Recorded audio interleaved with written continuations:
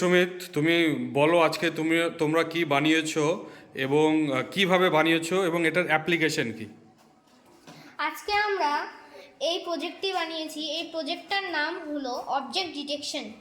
এই প্রজেক্টটির মাধ্যমে এই প্রজেক্টটি যদি আমরা কোনো গাড়িতে ইনপুট করি, তাহলে সেই গাড়িটি সামনে যে ক্যামেরাটি রয়েছে, সেই ক্যামেরাটির সামনে যদি কোনো গাড়ি বা হিউম্যান বা কোনো পশু পাখি যদি চলে আসে, তাহলে সেই গাড়িটি অটোমেটিক্যালি ব্রেক পুশ করে দেবে। এর ফলে গাড়িগুলি অ্যাক্সিডেন্টের থেকে রক্ষা পাবে। আচ্ছা, দেখাও একটা কোনো অবজেক্টকে যদি সামনে নিয়ে যাও। কোনো অবজেক্টকে যদি সামনে নিয়ে যাই, তাহলে এই বাজারটি বেজে উঠছে এবং এই লাইটটিও জ্বলে উঠছে।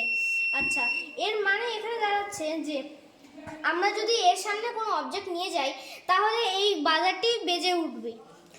এবং আমরা যদি এই প্রোগ্রামটিকে চন্দ্রযান-3 এর প্রজ্ঞানেও ব্যবহার করে থাকি, তাহলে সেই চন্দ্রযান-3 এর প্রজ্ঞানটিও এই প্রোগ্রামের মাধ্যম দিয়ে তার রাস্তা খুঁজে নেবে। যখন সেই প্রজ্ঞানের সামনে কোনো পাথর বা যা কিছু চলে আসবে, তখন চন্দ্রযান-3 তার রুট চেঞ্জ করে দেবে।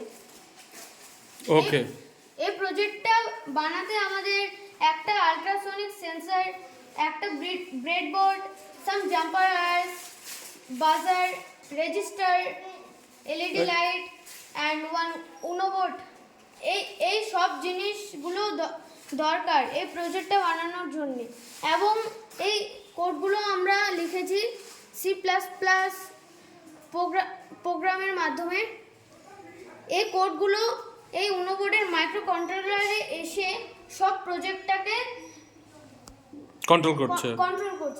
আচ্ছা, তো আমরা এই প্রজেক্টটাকে তাহলে গাড়ির যে অ্যাডাস হয়, অ্যাডভান্স ড্রাইভার অ্যাসিস্ট্যান্ট সিস্টেমে, সেখানেও আমরা ইউজ করতে পারবো, তাই তো? এটা ইউজ করলে আমরা অনেক অ্যাক্সিডেন্ট থেকে প্রিভেন্টেড হব।